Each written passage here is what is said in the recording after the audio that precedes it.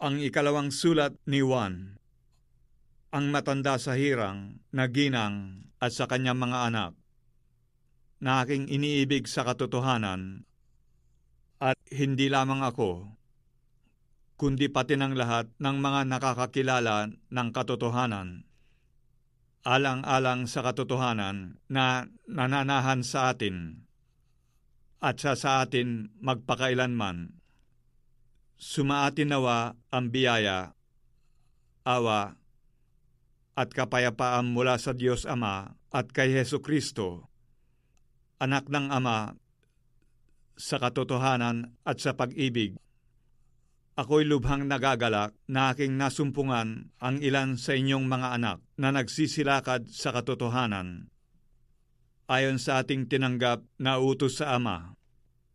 At ngayoy ipinamamanhik ko sa iyo, ginang, na hindi waring sinusulatan kita ng isang bagong utos, kundi nyaong ating tinanggap ng pasimula, na tayo'y mangag-ibigan sa isa't isa.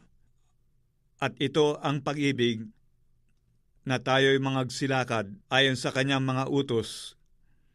Ito ang utos, na tayo'y mangagsilakad sa kanya, gaya ng inyong narinig ng pasimula.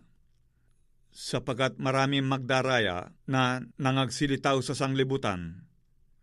Sa makatwid ay ang mga hindi nangagpapahayag na si Hesu Kristo ay napariritong nasa laman. Ito ang magdaraya at ang Antikristo. Mangag-ingat kayo sa inyong sarili upang huwag ninyong iwala ang mga bagay na aming pinagpagalan, kundi upang tanggapin ninyo ang isang lubos na kagantihan. Ang sino mang nagpapatuloy at hindi nananahan sa aral ni Kristo ay hindi kinaroroonan ng Diyos. Ang nananahan sa aral ay kinaroroonan ng Ama at gayon din ng Anak. Kung sa inyo'y dumating ang sinuman at hindi dala ang aral na ito, ay huwag ninyong tanggapin sa inyong bahay at huwag ninyong siyang batiin, sapagkat ang bumabati sa kanya ay nararamay sa kanyang masasamang gawa. Yamang may maraming mga bagay na isusulat sa inyo, ay hindi ko ibig isulat sa papel at tinta. Datapwat, inaasahan kong pumaryan sa inyo at makipag-usap ng mukhaan upang malubos ang inyong galak. Ang mga anak ng iyong hirang na kapatid na babae ay bumabati sa iyo.